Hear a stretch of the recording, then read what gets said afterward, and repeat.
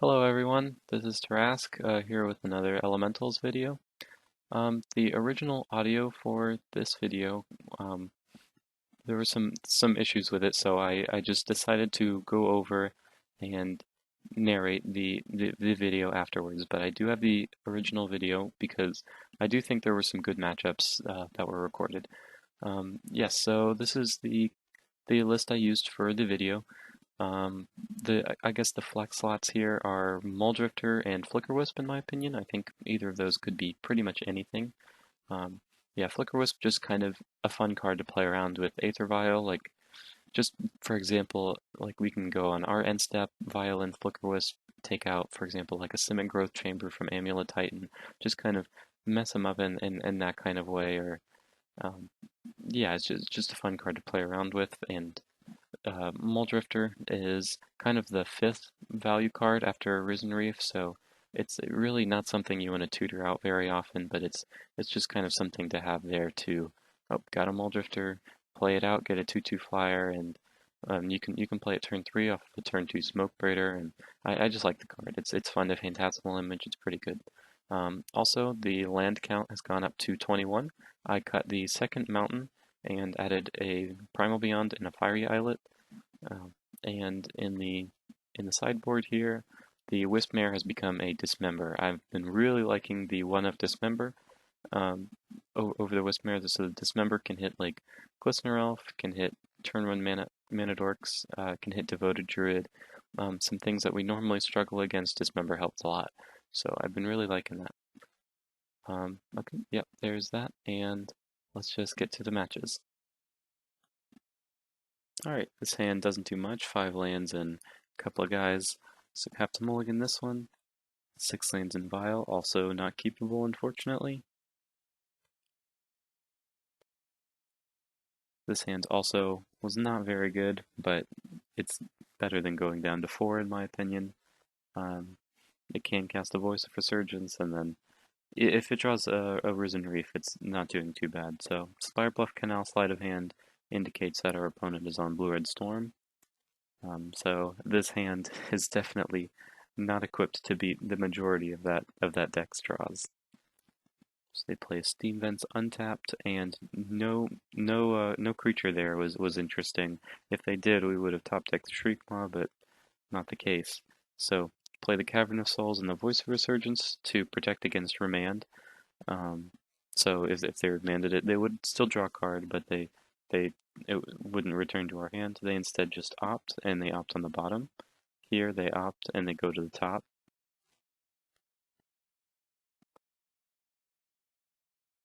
Polluted Delta, and they pass again. So they're still not ready to play that creature out yet. So we just attack with the Voice, and then play land and pass. Not really much else we can do with this hand.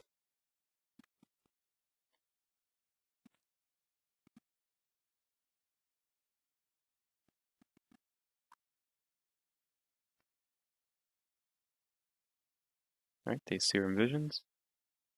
Looks like they're kind of spinning their wheels, but not really accomplishing much right now.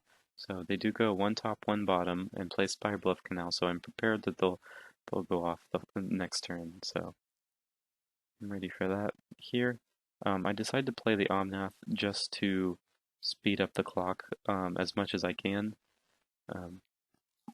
because with playing Omnath, if a top deck Lightning Skelemental wins the game on the following turn, so that's what I decided to go with, just because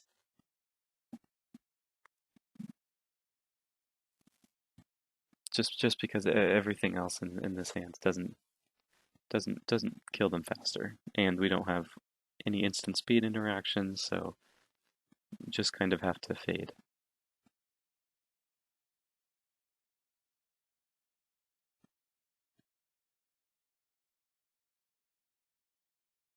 Alright, there's the Brawl, and here's where they begin to go off. Manamorphose there nets 1 mana. Desperate Ritual nets 2. And there's the Past in Flames. Notably, no gifts ungiven here. Gifts Ungiven to find, here if they had the passive flames, they'd find Grape Shot, Ritual, Ritual Manamorphose, but they cast another Ritual from hand, Sleight of Hand from their graveyard, so I'm thinking they've really are about to fizzle here, but they go Grape Shot, hold priority, remand their Grape Shot in order to Grape Shot us again for lethal damage. So that's a concession there, but games 2 and 3 get a lot better in my opinion. So the Damping Spheres and the Fulminator Mage and the removal come in. I don't bring in Leyline of the Void just because Storm doesn't have to necessarily use their graveyard to win. It definitely helps, but Leyline of the Void being a dead card really, in my opinion, isn't worth it, especially when we have all these other cards that we're trying to bring in. So here I decide to take out one Smoke Braider and one Thunderkin Awakener out, in addition to some other value cards, which two Smoke Braider and one Thunderkin Awakener, which I actually disagree with after thinking about it. I think the Smoke Raiders and maybe Thunderkin Awakener are better than the Voice of Resurgence in the post-board games. But what really matters in this matchup is Damping Sphere and then Unsettled Mariner. Unsettled Mariner protects against Gifts Ungiven and of course Grape Shot. So if we can copy the Mariner with a Phantasmal Image, then it's really beneficial. So also, Skelemental is very important, as is with any combo matchup. So this hand is pretty good in my opinion. All it needs is one more land to be very close to perfect. But it is one land in Vial, which is fine. And if they do bring in Abrades, and they see that we're on one land Aether Vial, they might be inclined to Abrade the Aether Vial, and then if we draw a land, then we'll have the Damping Sphere. So they go Island Serum Visions, or Misty Sapphire Island Serum Visions. They go one top, one bottom. And here we draw an Ancient Ziggurat. So cannot play out the Damping Sphere. Just have to play a land and pass. Here we'll see if they play a creature or whatever what they'll do. If they play a creature, we'll kind of need to draw that third land for Spite Bellows or Damping Sphere, but we'll see what happens.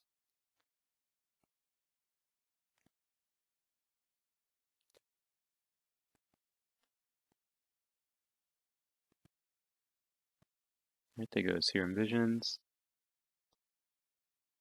and they go two bottoms, so they're kind of looking for things. And I'm just saying if we draw a third land, it's probably better to go Skelemental Phantasmal Image, but there was a little bit of an argument as to whether Risen Reef and Phantasmal Image would be better. But we do draw the third land, the Cavern of Souls, which is very good because it's not another Ziggurat, so it can cast a Damping Sphere in the future. But trying to think of any way Storm could go off on three cards if we make them discard four with Skelemental plus Phantasmal Image. And it has to involve a mana creature, so that's one. Passive lives will go to the graveyard. And I was thinking there might just be, yeah, so it's very hard to picture a 3-card hand that Storm can go off with. So which is why I decide to opt for the Skelemental over the Damping Sphere, and it'll also put them to 4 life. So really not far away from just killing them, and it'll limit their shock / fetch usage. So we'll see what they discard here. So they discard Past in Flames, which is really what they need to be able to stabilize from this. But they discard another land, a Grape Shot, and an Electromancer. So here they go for Scalding Tarn, fetch, and I'm thinking they're going to have to really pull something off here. But they do find a Blood Moon, or they play a Blood Moon rather. That does not affect us too much here, just because we have the Aether Vial. So we'll first Vial in the Risen Reef, and then play the Damping Sphere. So I was thinking, if we play the Cavern of Souls and the Blood Moon happens to get removed, then the Cavern of Souls will not have a creature type on it, and it will only produce colorless, which here I decide to play out anyways because we don't have any way to get rid of the Blood Moon, but they just spend the turn putting Gigantha into their hand, so they're really not doing much here. I think they expected to lock us out a little more than they did. Um, yeah, so we were able to get the Risen Reef in play, and here they start ritualing.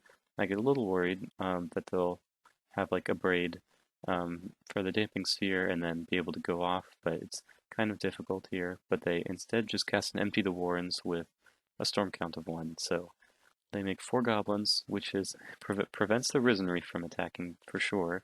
But we can get Spite Bellows in. Here I make kind of a bad misplay. I play the Fulminator instead of activating Aether Vial, just because my reasoning was that the Fulminator only takes red mana, so if I drew something that needed something more than red mana, I'll have the Aether Vial. But here we draw Smoke Braider, and we're kind of punished for it. We can't cast it because of the Damping Sphere, but I do fire off the Fulminator Mage just because I'm worried about them having a Mana Dork plus rituals, and because they do have that Past in Flames still in their graveyard.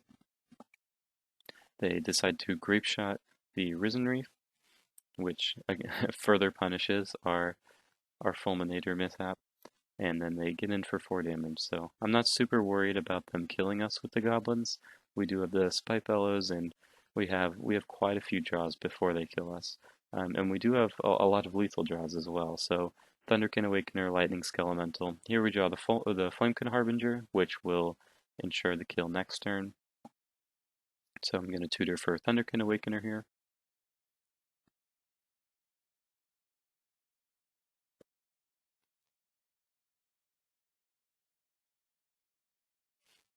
Yep, and next turn we'll be able to Spite Bellows plus Thunderkin Awakener, because we do have the mana from Smoke Breeder to get around the Damping Sphere. And they just cast Serum Visions, see how they scry, double bottom. So they really don't have what they need, and there's a concession, because we do get enough trample damage in with the Lightning Skelemental. So here, I realize that the Voice of Resurgences probably aren't worth it over 1 Thunderkin Awakener and 1 Smoke Breeder. So I decided to make that swap and go back. This hand is almost perfect here. It's got a Vial, it's got a Damping Sphere, a Harbinger, and a Risen Reef, and a Skelemental. So pretty much everything we could want in this matchup. So no way this could go wrong, right? So they just play Scalding Tarn and pass, no cantrip initially. We play the Vial, and I reveal Risen Reef just because I feel like it's the least threatening for to reveal to them. So that's what I've been doing. I'm not sure if that's correct, but that's what I've been doing. They fetch for a Steam Vents untapped, and they go for an Opt. They Opt on top, so they have what they're looking for. Play a Scalding Tarn, and let's see if they have the creature here. They do. It's a Brawl. So here, instead of just playing a Damping Sphere, again, I'm worried about repeal / abrade, so I decide to Vial in the Harbinger on our upkeep.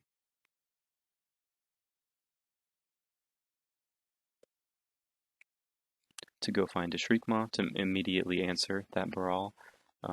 Just I think it's a bit of a safer play um, than playing the Damping Sphere out. So, and of course next turn we'll have access to that Damping Sphere as well, right? So they go Sleight of Hands, trying to rebuild, maybe find another mana creature, and they don't have one this turn. So here I make a horrible misplay. So I'm thinking if they for sure have a remand up for our Risen Reef, just because we revealed it to the Primal Beyond. So I don't want to give them any more information as to what we have because they'll remand our play anyways, right? Not very good logic, but that's what I went with anyways. So I end up playing out the Risen Reef. Again, this is a horrible misplay. I definitely condone playing the Damping Sphere over the Reef.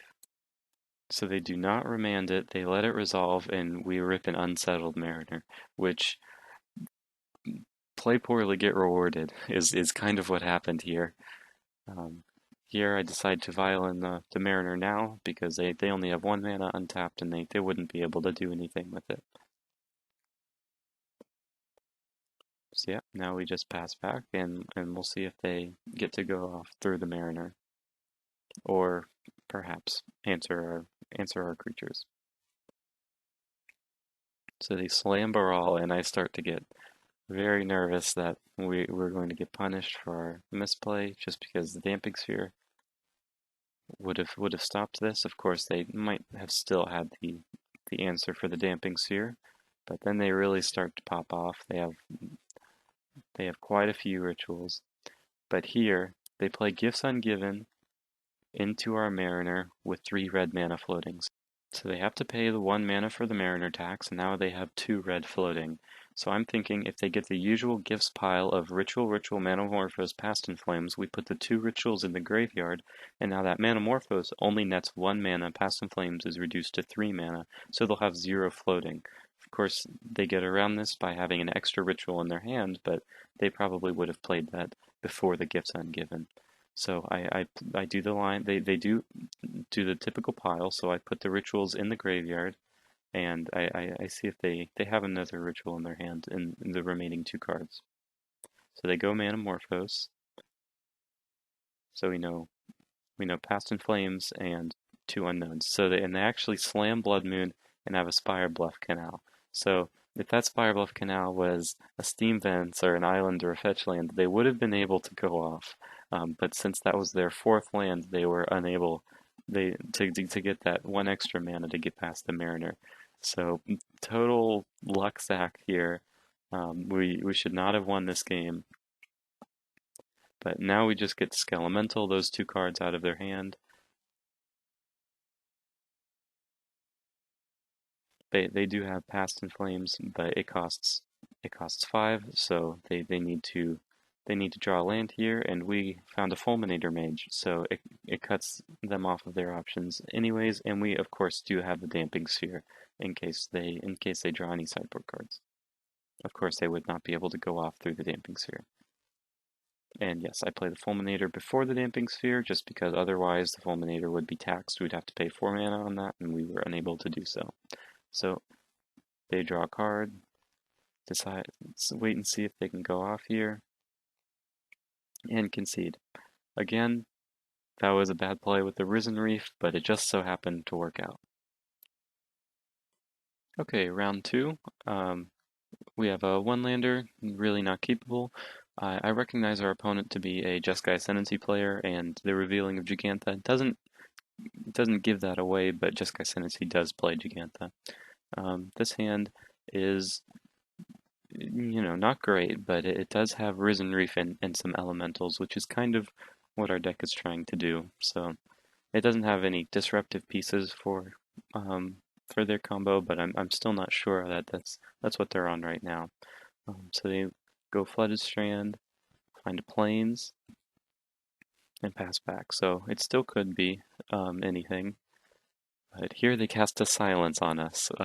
Doesn't hinder us a ton, but it does reveal that they are on Jeskai Ascendancy. So I guess they thought we were humans and we would really take away from the tempo, but here they play Botanical Sanctum and a Caryatid, furthering the argument that they are indeed Jeskai Ascendancy. We get to untap and just Skelemental them, which is a very good play for us, and then next turn hopefully be able to Awakener back to Skelemental. So here we get in for 6. They of course don't block with the Caryatid. That doesn't really do anything for them. And they discard 2 lands. So it's not like those lands were crazy good to get out of their hand, but now I assume the next Skelemental, if we're able to connect, will be much worse. So they play an island, and they just spend 3 mana to put the Gigantha in their hand. So I'm thinking if that's really their plan, is to play another land and play Gigantha, then we're in really good shape here. So I draw the 4th land, which is pretty good because now we get to play out both Thunderkin Awakeners. So now if they happen to have a removal spell and they don't want to get hit by the Skelemental, they'll have to bolt the Skelemental instead of bolting the Thunderkin Awakener pre-combat. Because if they do that, then the other one will just get it back. So we get in for 8 points of damage here. I assume they'll block a Thunderkin Awakener. and we'll see if they're able to deal with the skelemental or if they'll take the hit. They do take the hit, they go down to 6, so another hit from the skelemental will be lethal. They discard a land in the Giganta, so I have to assume that there's some amount of Jeskai Ascendancy or Glittering Wish remaining in their hand. So I am a little worried about land, Glittering Wish, Deafening Clarion, but that'll get rid of their Caryatid and we'll be able to rebuild with the Risen Reef, maybe Phantasmal Image, so I'm really not worried about that. They go Serum Visions, put 2 cards on the bottom, so I'm feeling good about that they're not finding what they want. They cycle with Cerulean Wisps, which is again really not what they want to do, and they just pass here. So I find another Skelemental, decide to play it out just to ensure that we really get the kill. They might have some sort of fog here. I'm really not familiar with um, all of the different cards Jeskai Ascendancy plays, but they do concede, so it didn't seem like they had anything. So the sideboard, Fulminator Mage seems amazing versus them. They're 4 colors, and then Damping Sphere, of course, because they're a Storm deck. I did consider bringing in some removal, but the sorcery speed removal really is not stellar versus them, just because Fate Stitcher and Caryatid are their main mana creatures, I believe. I'm not sure if they play Birds of Paradise, but I do take out Spite Bellows, and I end up taking out a Flicker Wisp just because it doesn't seem to do much here.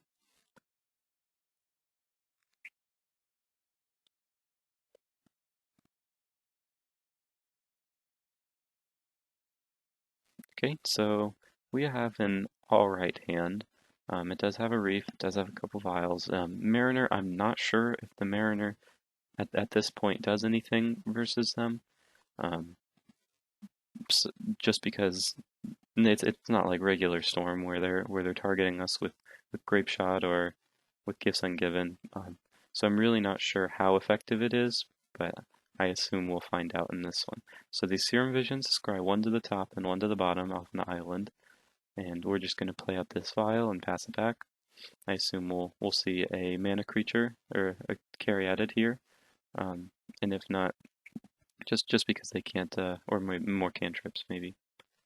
So they sacrifice their Flooded Strand, and they find a Temple Garden. So that makes me think Caryatid, and there they go.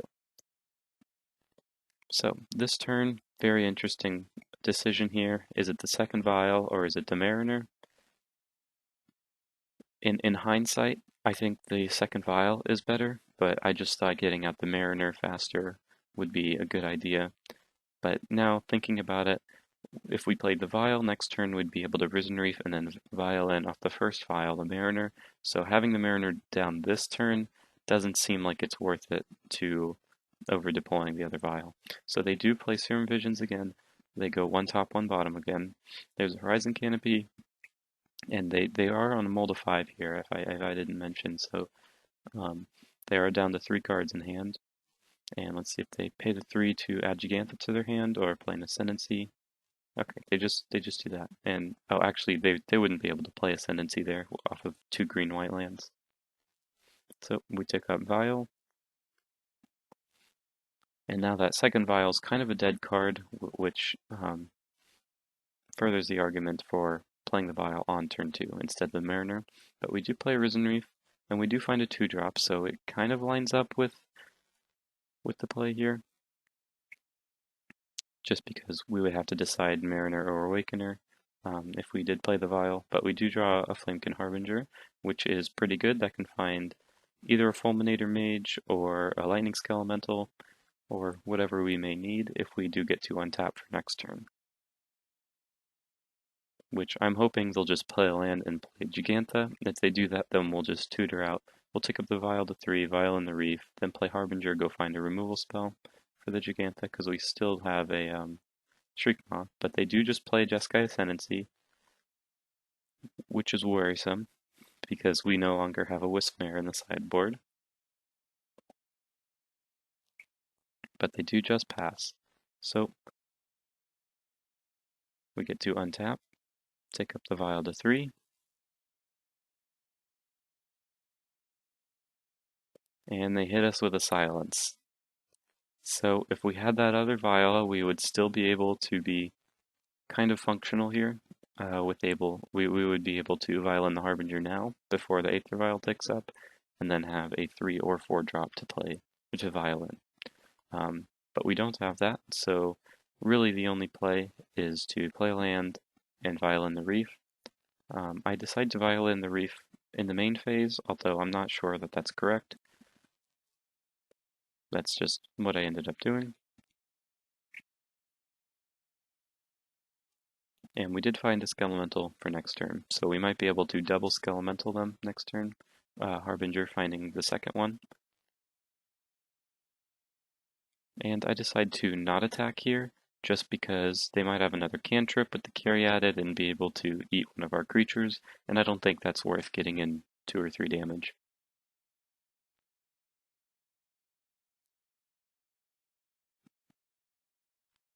So here I'm thinking all I have to do is get to untap one more time, but there's the second Jeskai Ascendancy.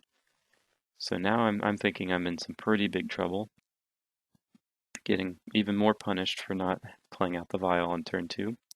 There's a sleight of hand, so now the sleight of hand, instead of being mana neutral with 1 Jeskai Ascendancy, it nets 1 mana, and pumps the Caryatid twice, so they get to draw discard twice, and then resolve sleight of hand to replace it. So they draw and discard twice, they discard Mystic Speculation and Path to Exile, so they have not found a Fate Stitcher yet, but they are able to generate more mana. And there's a Manamorphose, which is normally mana neutral, but now allows them to net 2 mana with the 2 Ascendancies. And then they'll get to draw discard twice and replace the Manamorphose. So now they're really starting to go off, and I'm at this point, you know, there's a chance for them to fizzle, but I'm not confident, especially because they just discarded a Fate Stitcher just now.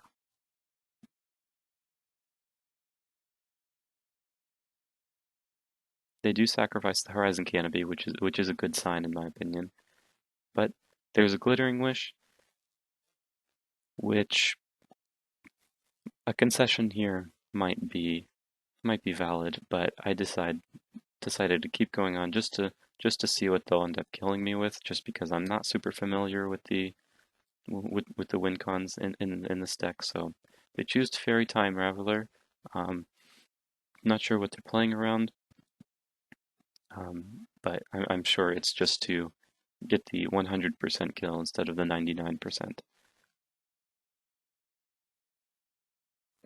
Also here, I'm thinking they might fizzle, but if they Teferi, bounce our Vial, and then silence on our upkeep, then that will, you know, essentially time walk. But they do bring back the Fate Stitcher, so I am thinking that they plan on winning this turn. And there's a second Glittering Wish, which kind of justifies the first, looking for only Teferi Time Raveler. Glittering Wish is nets 2 mana as well, just because they have 2 creatures now, so they get 4 mana for each spell and use 2. So they do find Flesh Blood. So the blood side of Flesh Blood is what I'm thinking they're going to kill me with. And again here I could just concede, but I decided to let them play it out. But the blood side just deals damage to target player equal to a power of your creature. So they're going to use their Caryatid's power once it gets up to 20 to deal us 20 damage. So Cerulean Wisps actually nets 4 mana here, I think. Yes, yes, because it's normally free. So there they discard another Fate Stitcher.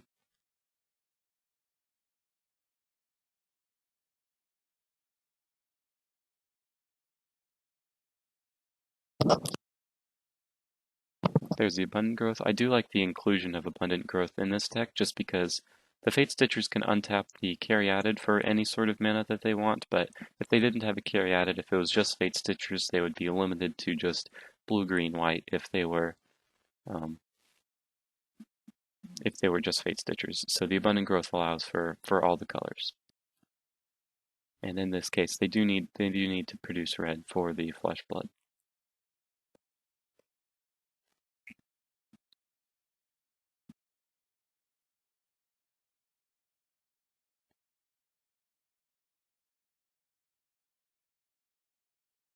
There's peak. Really, you can skip ahead. I'm just going to continue to narrate this, but it is pretty deterministic here. They just have to run through the motions. So this peak now is generating 5 mana. It costs them 1, and then Jeskai Ascendancy times 2 makes 3 each, so 6. So they're just making a little more mana with the Fate Stitchers on the Caryatid. It's probably correct to concede before the peak resolves, um, just to conceal information, but I decided to let them play it out. They do discard a Nagging Thoughts off of the Jeskai Ascendancy, so I think that's a really cool inclusion. It's just it's like sleight of hand, but the other card goes in the graveyard, and it does have Madness, so you can cast it off of the Ascendancy trigger, which I think is really cool to include. And they do have a Mystic Speculation in the graveyard, so scry 3 blue, buy back 2. So if they had that in their hand, if they have 3 creatures, they can just cast that over and over and loop until they find what they need. So there's the blood on the Caryatid targeting us, and it's 19. It's going to grow to a 21, and that's going to be the game. Oh, excuse me. Blood can target creatures or players. So, but they do target the player, of course. But yeah, here I'm really regretting the Mariner on turn 2 over the Vial, because it's possible we could have stopped that. So I bring in the Flicker Wisp again just because maybe I can Vial in a Flicker Wisp to get rid of a Fate Stitcher or something, and I do bring in Dismember um, just over a Vesperlark because the Vesperlark is mostly there for value, and we're trying to race them. So Dismember might be able to get in the way and maybe kill a Gigantha. So this hand is pretty weird, but I think it's a keep. We do have 2 Harbingers, and so we put away a Smoke Braider. So I think the plan for this hand is to just overload them with Skelementals. So we can wait for the Vial to tick up to 2 for the Smoke Braider if we don't draw a land. And I think the first Harbinger will go find a Thunderkin Awakener, and then the second Harbinger will find a second Skelemental, so we'll be able to Skelemental, and then next turn Violent Skelemental, and then play Thunderkin Awakener. But they play Serum Visions, go top bottom with the Scry. We do draw land, so we are able to play the Smoke Braider and kind of accelerate that game plan that I described. So we pretty much will be able to Skelemental them on this turn if they do not cast Silence on us. But they just run out of Caryatid, so that kind of guarantees that they're going to be going down to 4 cards. So here I decide to Violent the Harbinger, and there's an argument for a Fulminator Mage here, or there's an argument for a lot of things, but um, I'm still thinking that they can Jeskai Ascendancy regardless if we Fulminator them or not, so I do end up going with the Thunderkin Awakener. We do have all the mana we need just because we drew that second land, so now we get to Skelemental them with this. And I kind of missed that. We should have just vialed in the Thunderkin Awakener and attacked with that just to get an extra point of damage, just because they already know it's in our hand. And I don't think there's any 2-mana sweeper they can get off of Glittering Wish next turn to punish us for that. But they do take the hit from the Skelemental, go down to 12.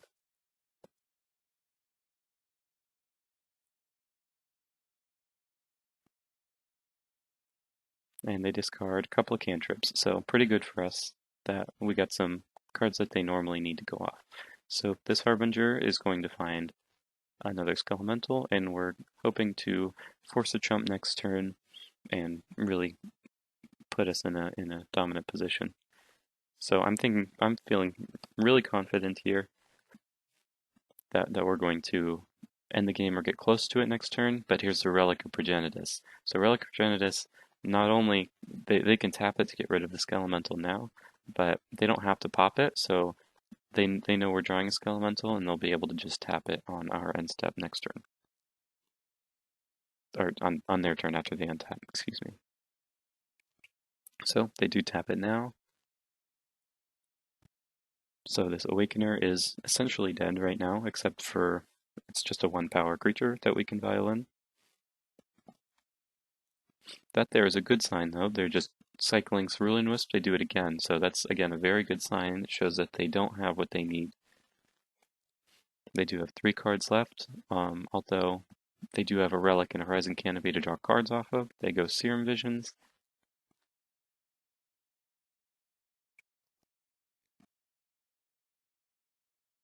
And they top, which is very concerning.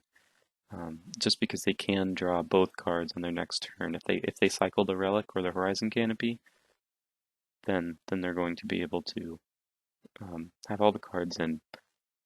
I'm not sure how easy it is for them to go off with only one Ascendancy, but if it is, then that's what I was worried about.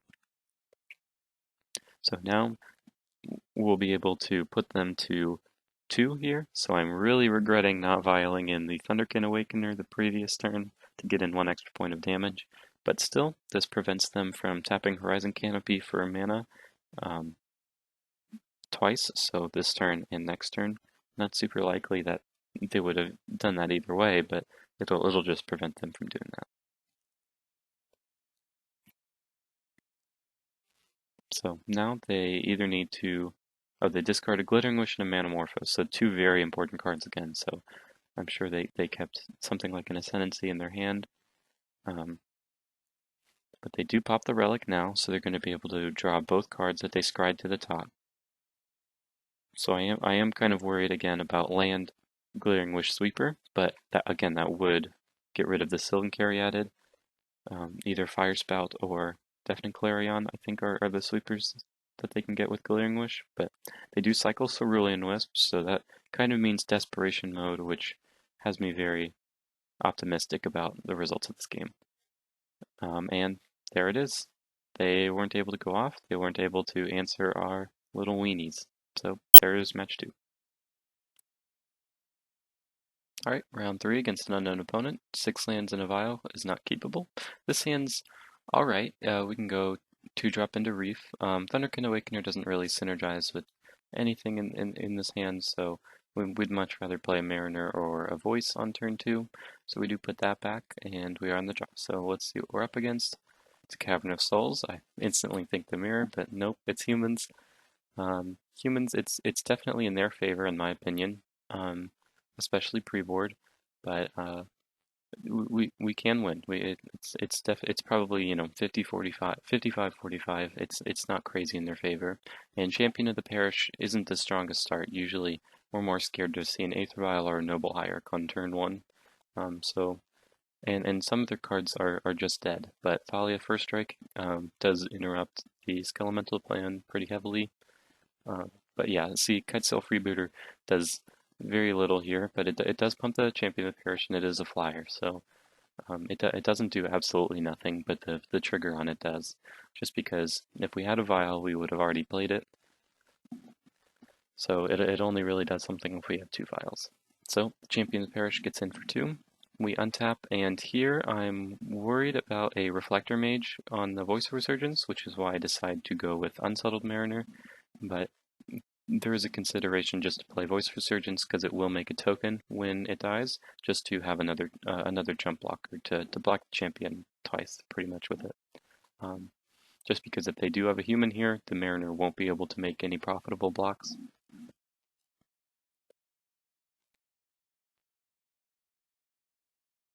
So they have their 3rd land.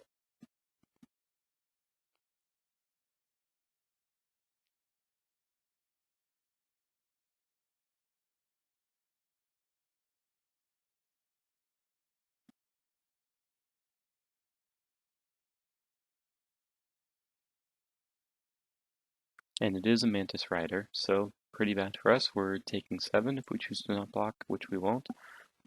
I don't think Mariner is worth a Healing Salve. I don't think playing blue-white for Healing Salve is good.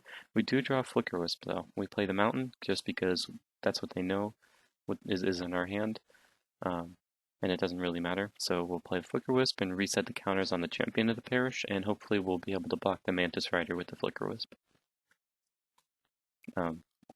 The Alias Lieutenant would blow us out pretty hard here, just because the Flicker Wisp wouldn't be able to block and kill the Mantis Rider.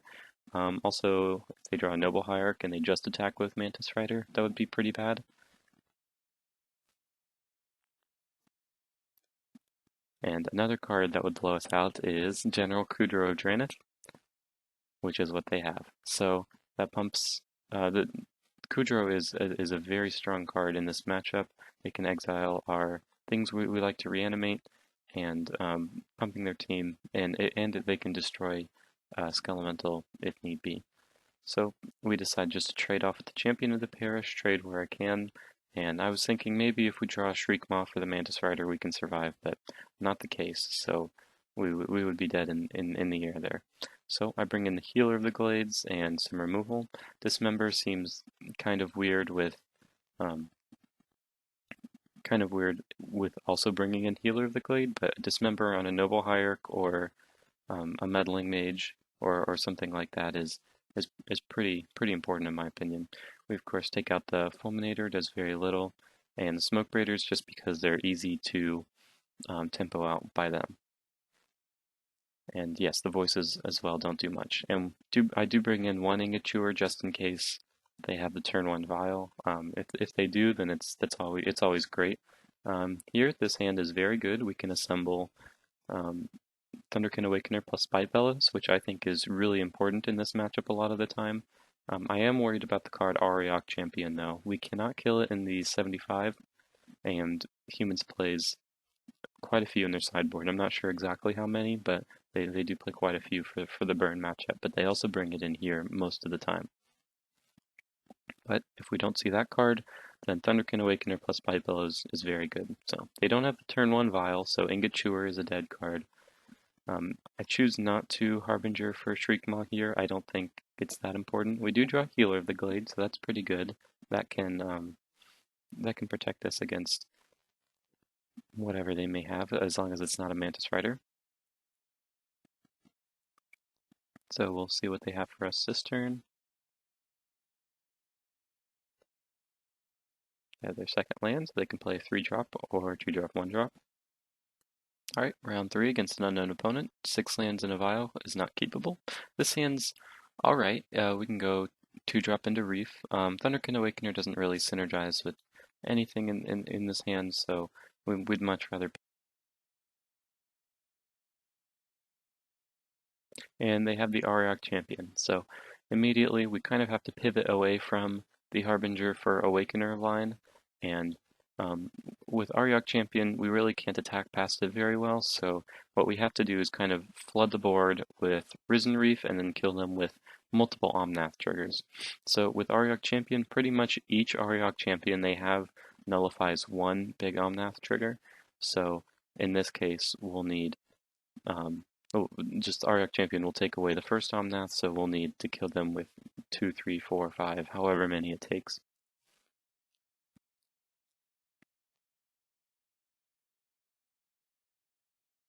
And we can accomplish that through Phantasmal Image, Thunderkin Awakener, and Vesperlark. All three of those cards synergize very well together in order to get as many Omnath triggers as we can get. So we do play the Risen Reef out. And now we're usually looking to have 3 Risen Reefs. I think that's a good number. I think 4 is too many. I think 3 is just enough to be able to draw our entire deck. And 2 is not enough a lot of the time. So we do have the Spite Bellows to answer like a Kudro if they have it, but we really don't want to play this Omnath until we go off. So until we plan on killing them that turn. So they do have a Mantis Rider here, so that'll pump the Champion of the Parish, gain a life, and they'll be able to attack us for 4 in the air. So we'll go to 18. So that healer is already putting in work. It's good just to slow them down a little bit, because sometimes we just play a 1/1 for 3 mana and they just run us over. So Healer of the Glade allows us to bridge that gap. So we do have Spite Bellows to answer that Mantis Rider. Of course, Auriok Champion is pro black and red, so we cannot target it. And here we draw something else to do with our 1 mana. We of course can't evoke the Ingot Chewer because just to trigger the Risen Reef, because it does have to target an artifact if there is one. So we do have to wait until they have one, unless we want to blow up our Aether Vial, which we very much do not.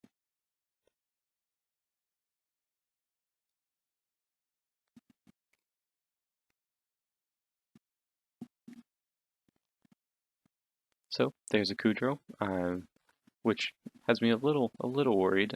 They do get to exile the first Spite Bellows. We do have a second one in the deck though. But I'm worried about us having to play out the Omnath to kill it, because it is kind of important to kill.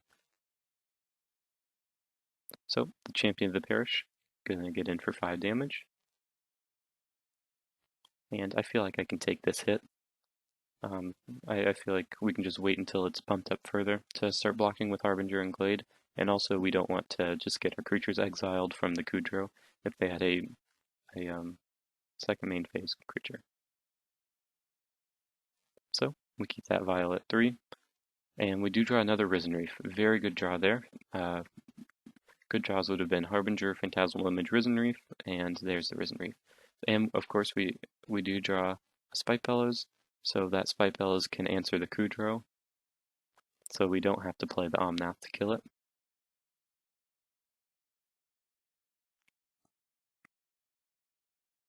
Get some triggers off the reef, and we find the third reef.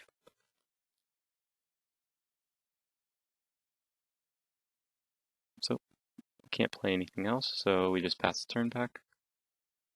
And we can start jumping the Champion of the Parish now, either with the Healer of the Glade or the Harbinger.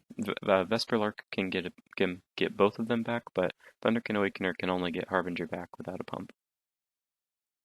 So they're down to 2 cards in hand. They of course do have the Horizon Canopy, so they're going up to 3 here, but that's still not a lot. Still, if we draw a Skelemental, we can get rid of some of those cards. So they play an Aether Vial, which turns on our Ingot Chewer. So we can evoke that for 2 or 3 Risen Reef triggers if we vial in the Risen Reef first, which we most likely will.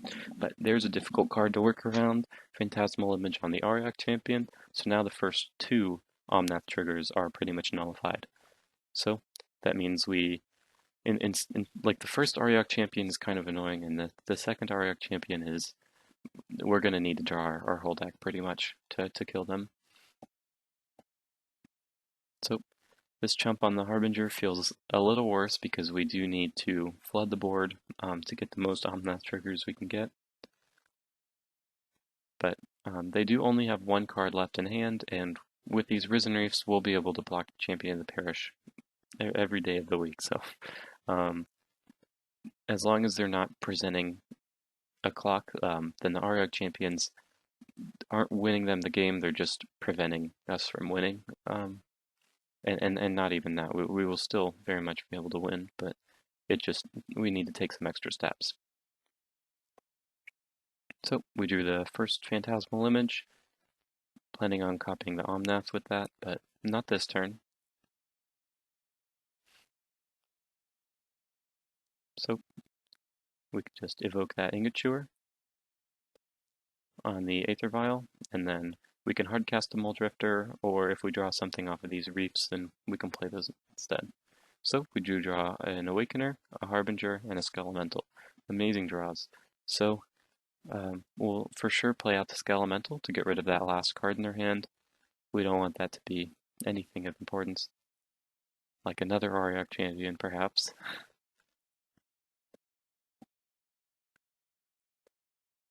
And we are up to 8 lands now, 9 lands now. So if the turn that we do play the Omnath, we'll be able to make counters every time a land enters the battlefield. So Omnath, we're able to put a +1/+1 counter on a creature and draw a card if we have 8 or more. Or sorry, +1/+1 counter on an elemental, and then draw a card if we have 8 or more lands. So we'll put the counters on the Awakener. So when the Omnath dies from the Legend rule for Phantasmal Image, we'll be able to bring back the Omnath with the Thunderkin Awakener. So right now we have a guaranteed 3, well, pretty much guaranteed 3 Omnath triggers right now. Vesperlark will enable another, and oh yes, we do make them discard a Phantasmal Image, so it was the 3rd Auriok Champion, which would make things pretty messy. But we are able to jump the champion of the parish. They didn't have anything else, it's just a land. We'll be able to violin this Awakener on their end step. And we don't have to try to kill them on this turn, but if we can go for it, we might as well. There's if this was at a high level tournament, I think I would wait. But if you can win, you might as well go for it. It's just it opens up ourselves for making mistakes. And there's really no way humans can come back from this right now. So we'll just start by drawing a couple cards with the Mariner.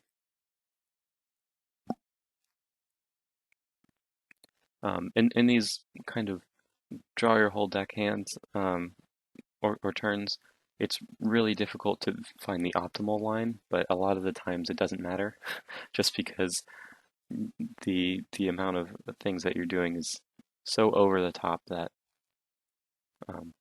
not to say that it's not important to play optimally, but just that it's less important than some of our other hands. So there's first elemental, so that's going to be able to get in for pretty much essentially 4 damage or 2 damage if they choose to block it with the champions. We do draw a second Phantasmal Image, and we have Vesperlark, so that's 1, 2, 3, 4, 5 Omnath triggers. So we have 7 creatures in play, 5 Omnath triggers, is 35 damage, and then they'll gain 10 life off of the Ariok champion, and we'll be able pretty much to do the remaining 10 damage with our trampled image from Skelemental and just attacking with our other creatures. So yep, here we Phantasmal Image the Omnath, and here I'm going to keep the original Omnath and sacrifice the Phantasmal Image one because we'll be able to Vesperlark it back. And yes, the draw trigger on the Omnath is mandatory, so you really don't want to play any lands once you're, because we're down to 15 cards, you really don't want to draw any cards that are unnecessary. Risen Reef triggers will not make you deck, so you won't lose the game from Risen Reef triggering whenever you have 0 cards in hand, but if you of course draw a card with 0 cards in hand, then you will die. So we do get that Phantasmal Image back, copying the Omnath, and this time we're going to keep the Phantasmal Image copy. Now the original Omnath is in the graveyard, and we'll be able to animate it with the Awakener, because we did put counters on it until it was a 3/4, and Omnath has toughness 3, so Awakener will be able to get it back. That was a mistake, I didn't mean to put that land into play, but it's not a huge deal that I did that. So we'll be able to play that Phantasmal Image in our hand, and we do have another one in our deck, so we will be able to Aether Violin that 3rd image to get our 6th Omnath trigger. Just for good measure. And we are keeping up 1 Fiery Islet. We're choosing not to play the Harbinger because we do have a Dismember still in our deck, and we want to use that to kill the Noble Hierarch and just to ensure the kill. So we're violating in the Phantasmal Image, copying the Omnath. It doesn't matter which one we sacrifice because they're both Phantasmal Images.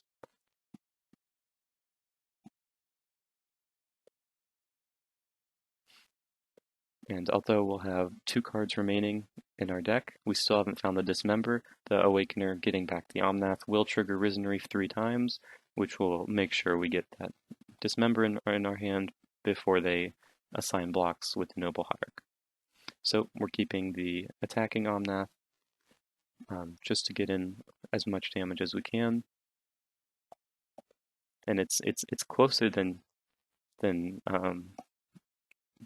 it is just because we decided to go off on that turn. We could have a board much bigger if we just waited a turn, but I decided to go for it just because it's very hard to lose from that position. It just takes a little extra effort. So now, even if they block Awakener plus Omnath, they'll take 9 damage. And they block Skelemental. For some reason, they should have blocked the Omnath. It'll save more damage, but regardless, they were dead. So that's how you win versus humans when they have multiple Aryok champions. Okay, so I don't think I make any sideboard changes. Yep, and we're fully prepared to do that for another game. It doesn't always happen like that. We could just get run over this game by Noble Hierarch and 2 Mantis Rider. Here they lead on a Champion of the Parish, which I'm a lot happier about. We do have this Healer of the Glade to kind of stymie their initial aggressive plan. And then hopefully, if they don't have a Thalia, then the Skelemental will be able to get in, most likely. Just because their interaction is primarily sorcery speed.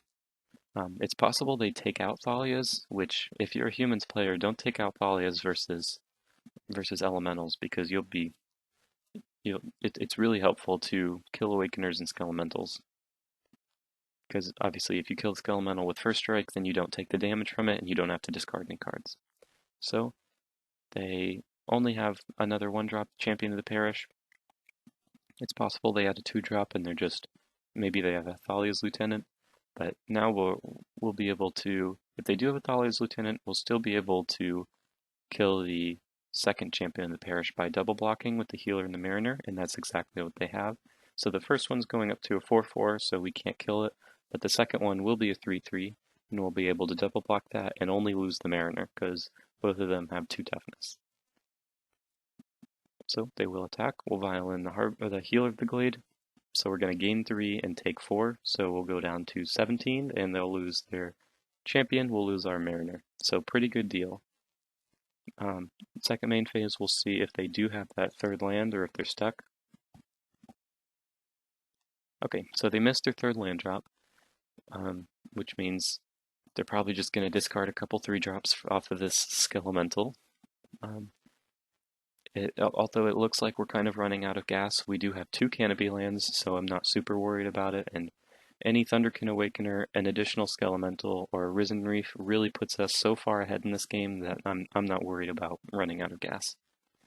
And this extra mana from the Smoke Braider means the mana spent sacrificing the Canopy lands, it's not going to be a big deal, especially with the Aether Vial in play. Really not sure why they blocked the Skelemental with Ali's Lieutenant. I think they might have thought that it did not have trample, but it definitely does. They did take 5, and they discarded, like, I guess, 2 3-drops. So we'll see. Okay, not an Aryok champion, another Thalia's Lieutenant. I think their hand was still a keep, but it was definitely a misplay to block the Skelemental with Thalia's Lieutenant. So yeah, that champion is up to 6/6 now, pretty big, so we'll just jump with the healer, go ahead with that. If we draw Vesperlark, we can just Vesperlark the healer back, gain 3, go up to 20, and have another chump block ready. In addition, we have our Aether Vial on 3, so if we draw Vesperlark, we can also just Vial it in on their turn to chump block the champion, and then leaves the battlefield, trigger, get back the healer. But we did draw an Awakener, which is a very good draw. We get to get those 2 remaining cards in their hand out of their hand.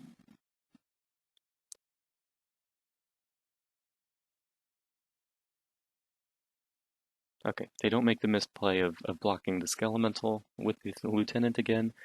They take the full 7 and they discard Mantis Rider, Phantasmal Image. So really good for us, and once we find a way to either deal with that champion or just rush past it, then we'll be in some good shape.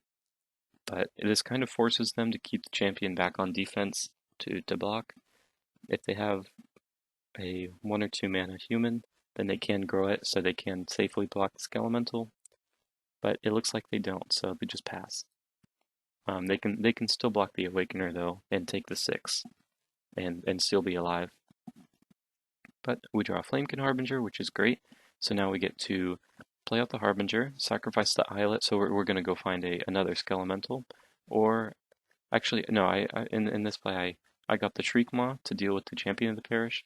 This does get blown out by Dismember, but that's just what I decided to go with. But I think getting a Skelemental would be just as good here.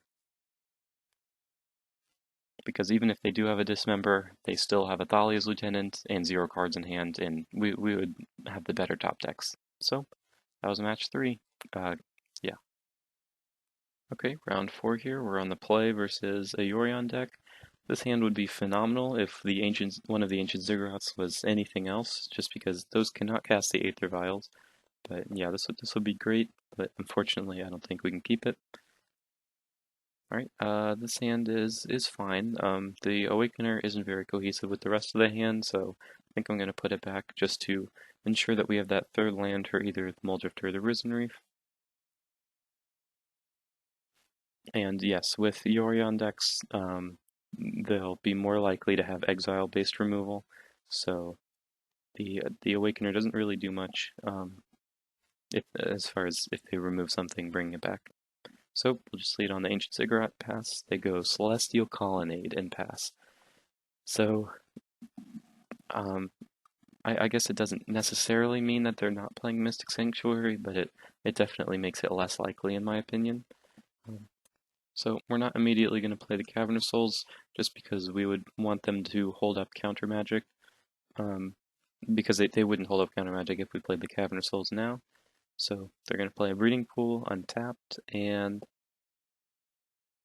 they tap out for Wall of Omens. So Wall of Omens could mean it's either the Soul Herder deck or it's just a card they added to their Bant control deck. I think we need a little more information to see if it is or not. But regardless, we're gonna continue to hold up the Cavern of Souls and just play out the Risen Reef. Voice of Resurgence is a great draw regardless of which matchup it is, especially if it's Bant control, but both of them play like Icefang Codals and stuff like that, so there's a Snow-Covered Forest and an Archon's Astrolabe, so continuing to cantrip with everything, but so will we. So there's another Wall of Omens. So yeah, they're getting O4s for 2 that cantrip. We're getting, well, now we're gonna now we're gonna be drawing 2 cards off of every creature. So this really shows why we have such a good matchup against these kinds of decks. The Bant control deck, if they have like Path, Snap Path, then they can start to get ahead. But if they're just trying to outvalue us, that's really not going to work. Now we have a Flamekin Harbinger. So here I think it might be a little safer just to go for a second Flamekin Harbinger. But I decided to go for the Fulminator Mage just to kind of cut them off of resources while we're developing ours so much. So also, if they don't play a white source here, see they don't. Now we can shut them off of double white for Supreme Verdict if they are Bant control. But first we're going to play out this Voice of Resurgence because they are representing Cryptic Command right now. So we want to be able to draw 2 cards if they do Cryptic Command. They're just going to Codal in response.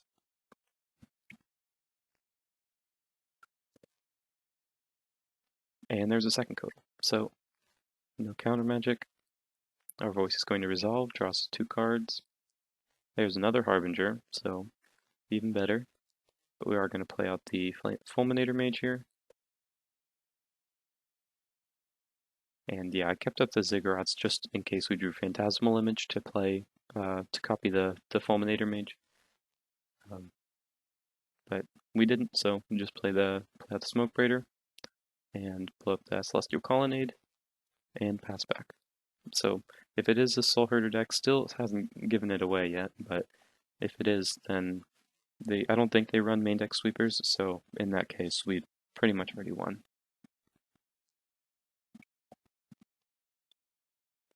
Alright, there is a Snow-Covered Plain, so they do have access to double white now. If they do want a Supreme Verdict, and it looks like they're not. Well, it looks like they might, because they did attack with the Codals.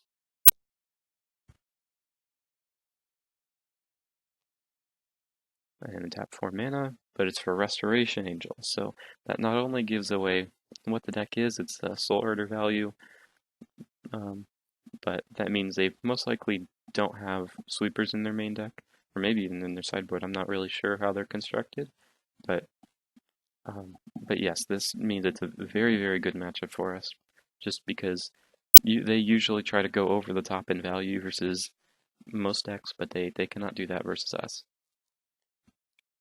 So here we're going to play out the Awakener, and yeah, here we have enough mana to be able to triple Omnath them, so that's what we're going to do. So we play the Flamekin Harbinger to go find the Omnath. All we really need to do is find 2 land drops in 4 Risen Reef triggers, so to put on the Awakener to be able to get the 3rd Omnath trigger. So we have 8 lands now, so all of our lands are going to be able to put counters on the Awakener off of the Reef triggers.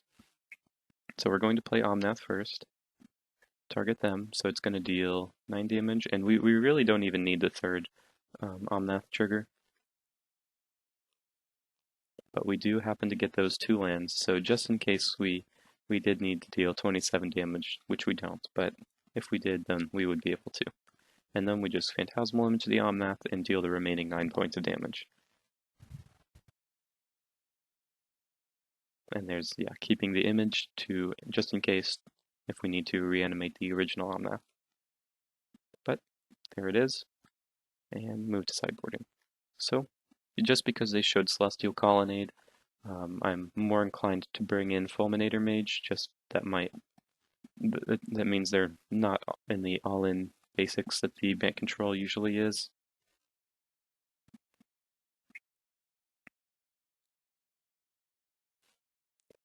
And yep, just took out another Mariner in the Flicker Wisp to bring in the Fulminators. This hand is a little slow. I don't like the Shriekmaw on turn 2 just because everything already cantrips. So in that case, our first plays will be on the 3rd turn, and we still need to draw a 3rd land, but I still think it's good enough to be able to keep it. And we do draw Cavernous Souls, which is alright. They're not going to counter much, I don't think. Or at least they usually don't. But they do hold up something, thinking maybe it's an Aether Gust, because they definitely do bring in that versus us. It can target Risen Reef or Skelemental or Fulminator Mage. It's very, very good. So they play a Wall of Omens out, but they are representing Path to Exile, which is why I'm concerned, which is why I don't really want to play the Skelemental just for it to get Path. I really want to get value off of it, especially with this kind of hand. Now drawing the Vial, I think I'm just going to make the very safe play of just Vial and pass. I don't think we need to rush into anything or do anything immediately. I think just playing it safe and playing the Vial will be fine. Then in a couple of turns we can maybe go Fulminator and then Vial and Phantasmal Image, but I think it's important to develop the Vial here.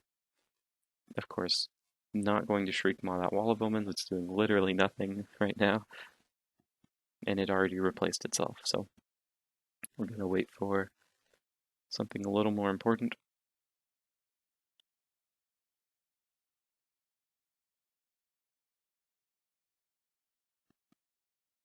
And there's Cavernous Souls. Great sign, because that's a prime Fulminator Mage target.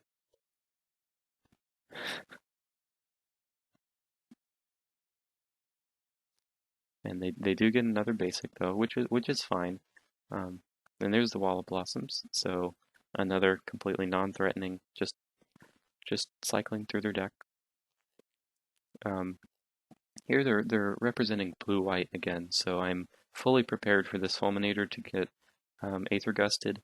I would probably put it on the bottom if that happened, but they don't Aether Gust it, so we'll just blow up the cavern and pass back. Not sure what that blue-white is holding up though.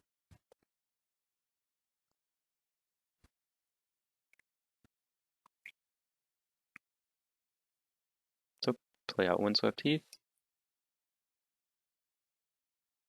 And they sacrifice it for a Hallowed Fountain, so they have to get a dual land there for double blue for Venser Shaper Savant. So it's going to bounce our Aether Vial, which is kind of annoying if they start blinking it. We do draw our 3rd Fulminator, starting to become clunky here, but yeah, I don't think I played Fulminator here. Yeah, play out the Aether Vial and the Unsettled Mariner, just because I'm kind of worried about them. Just if we play out the Fulminator, just playing like a Soul Herder and beginning to bounce our lands. So I think playing out the Vial is something I want to do there. just to incentivize them to bounce that instead of a land. They do attack with Venser. I decide not to block it.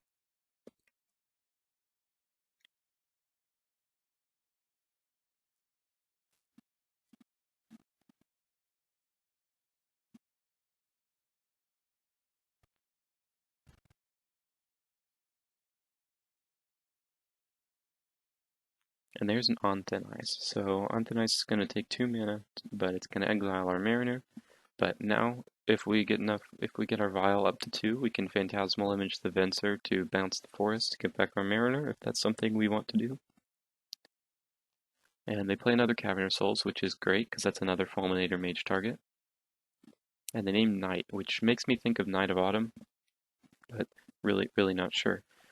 They do pay 3 mana and put Yorion into their hand, so if that's something they're doing next turn, then slightly concerning for us, because they'll be able to draw 2 cards and then bounce something else.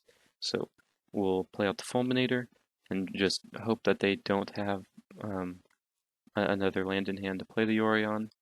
We will go after the Hallowed Fountain, just because I think that's better in this case than the Cavern of Souls for them.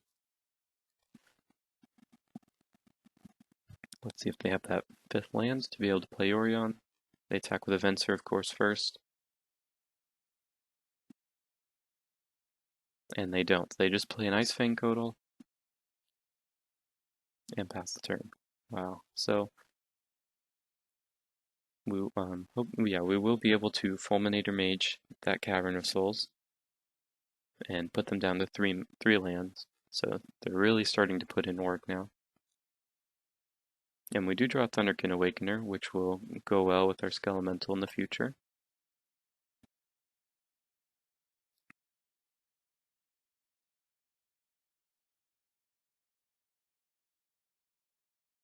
And we'll pass the turn back. So on our end step, they're going to try to Path to Exile their Wall of Blossoms. And here it's kind of an interesting decision for us. I think we definitely have to image the Venser here. But we have 3 possible targets in my opinion. It could be the path, it could be the Wall of Blossoms, and it could be the forest.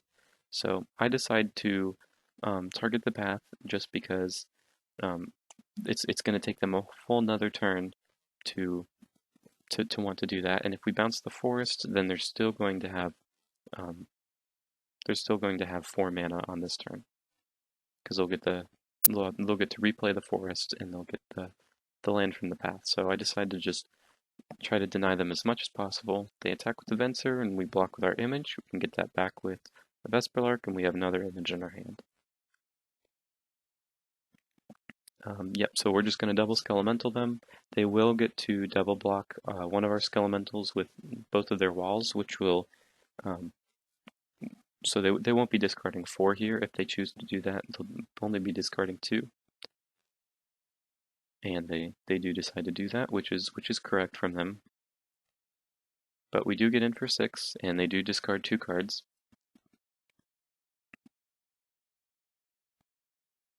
So Kitchen Finks and Ice Fang Codal, they discard 2 paths, so that makes me think they do have a 3rd one. I don't think they would discard all of their removal. There's an Ice Fang Codal, so they're starting to present a bit of a clock for us, so we're going to need to be able to stabilize at some point. So we decide to not tick up our Vial to 3, decide to keep it on 2. And here, I definitely think they're representing Path to Exile. I'm still going to, so yeah, here I'm going to Shriekmaw the Ice Fang Codal, just to try to get in with the Thunderkin Awakener, just to try to get in a hit, but I'm not going to overextend.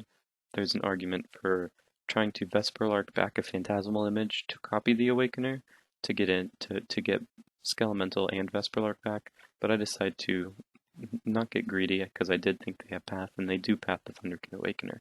So I did make the read, but we're still being hit for 4 here down to 5. So we do need to be able to get something going, but we have 2 draws here, and worst case scenario, we can just Vesperlark back a Phantasmal Image and copy the Kitchen Finks just to try to stabilize a little bit. So we'll see what we draw in our 2 cards here. And it's a Risen Reef, so we don't even need to sacrifice the Sunbaked Canyon here to redraw. And now I think that that was their last path to exile. I think they only kept one in their hand. So now I'm going to try to evoke this Vesper Lark, getting Phantasmal Image and copying Risen Reef. And if they do have the path, I can just copy the Kitchen Finks because that's what I would do regardless.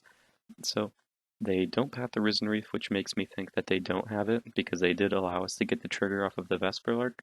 And we also draw Harbinger, which is a very good draw there in my opinion. So we'll copy the Reef. And the Harbinger especially is going to be able to block the Kitchen Finks pretty well, so I'm happy about that. We are kind of drawing lands, but this Harbinger will make sure that we don't. Um, Here, I make a little bit of a misplay. I think that it's correct to just go find a second Harbinger, because that nets us an additional card and uses up that 1 mana. But instead, I decide to try to get a Thunderkin Awakener, and just to try to, we can either choose to reanimate the Lightning Skelemental or get the Vesper Lark. At the end of turn, Vesper Lark will sacrifice, we'll get the image and get a third Reef. So here, they reveal what they were holding up with blue-white this whole game, which was Celestial Purge, but we do get lucky and draw another Flamekin Harbinger to use our additional mana on, and we'll just try it next turn, get another Thunderkin Awakener, and draw some more cards. So that really shows how bad their spot removal is right now, just because the Awakener drew 2 cards, and they spend a card to get rid of it, and now we're just getting another one and kind of swamping them, especially because of the very, very large mana advantage we have here. So there's a Teferi, and yep, they decide to -3 on the Phantasmal Image, so it does not draw them a card, but it does kill our Phantasmal Image on the Reef. So here, I tick up Vial to 4, and we do draw Skelemental, so we don't need to, but I was thinking maybe a line we could use is Awakener, Reanimate, Vesper Lark at the end of turn, get back Image, copy Harbinger, and get Omnath, but we really didn't need to there. Okay, match 5 on the draw here. Our 7's keepable. It is probably going to struggle against an aggressive deck if that's what we're up against. They do lead on Prismatic Vista, which makes me think that's less likely. We get Snow-Covered Island and play an Arkham's Astrolabe.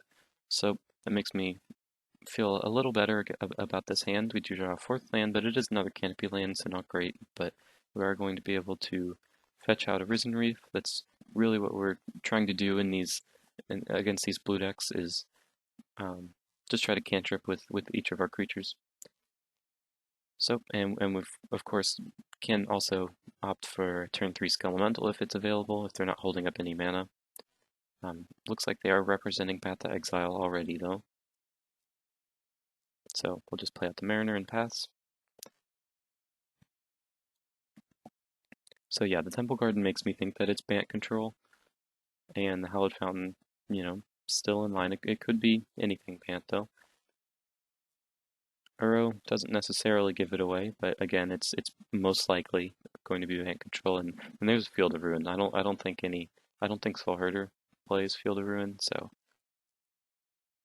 And Soul Herder would be playing Yoga, and this is a 60 card deck, so. Yep, it's most definitely Bant control, and because we have the Mariner, we can get in that Skelemental hit, and it'll put 2 more cards in their graveyard, so they need like opt plus fetch land to be able to reanimate the Uro, and I'm really not going to play around that. They discard Jason to Fairy, so definitely Bant control.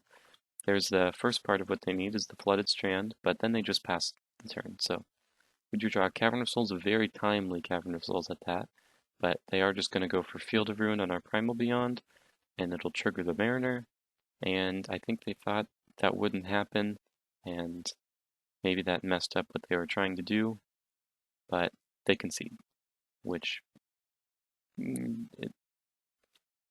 I don't know.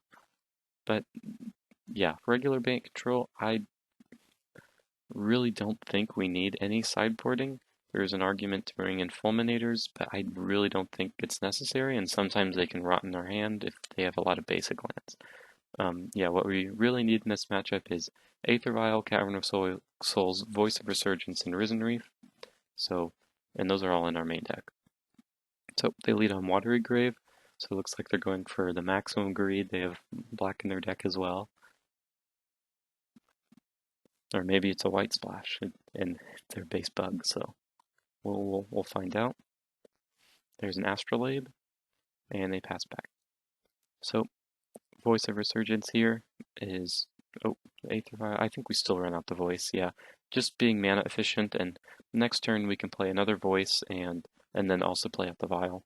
So here also, if we have the opportunity, I think Phantasmal Imaging, the Voice of Resurgence is going to be a good play here. Just because if they're unable to reanimate the Uro and they're just trying to do things on our turn like Kodal and Path Exile and stuff like that, then that's really going to help against us. And they do miss their land drop on the Uro, so they miss their fourth land. We'll see if they draw one, but we will run out the second voice and the Aether Vial. So they're a long ways away from reanimating the Uro. So I'm just going to try to beat them down with these Voice of Resurgences, and they do have a Teferi, so that's going to bounce a voice and kind of slow down our plan, and they do have a Field of Ruin as their fourth land drop. So here we have a Harbinger, so we can tutor out maybe a Reef, maybe Skelemental, but I think attacking the Teferi with the voice and then just playing two Voice of Resurgences, I think it's going to be very good. So voice and then image copying voice. I like this play a lot. It protects against a lot of things, and even if they happen to have White Source into Supreme Verdict, then we're going to get 3/3/3s at least. We'll get to Vial in the Harbinger and get a Skelemental, and that'll do it. That'll attack for 22 damage. So 5/5/5/6/1. Right, they're going to Field of Ruin or Sunbaked Canyon. Really not what they're trying to do, I think. Or like not what they're supposed to be doing, in my opinion. They have 7 cards in hand, and I really think that's not great for them. But I guess they're just trying to fill up their graveyard to get back to Uro. Yeah, they pass turn with 2 mana up, and really I don't think, unless they have a sweeper next turn, that they're going to do anything. But I decided to be patient on the Harbinger, and they just scoop.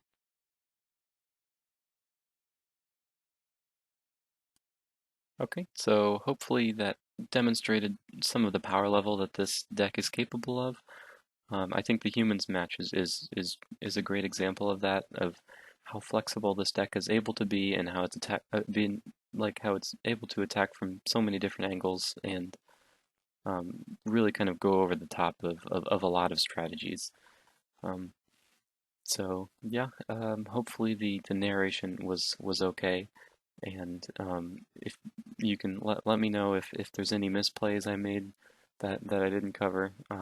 I definitely want to know those, or any lines you might have taken instead of what I did. So yep. Just also let me know if you want to see more videos or what kinds you want to see, and any elementals you want me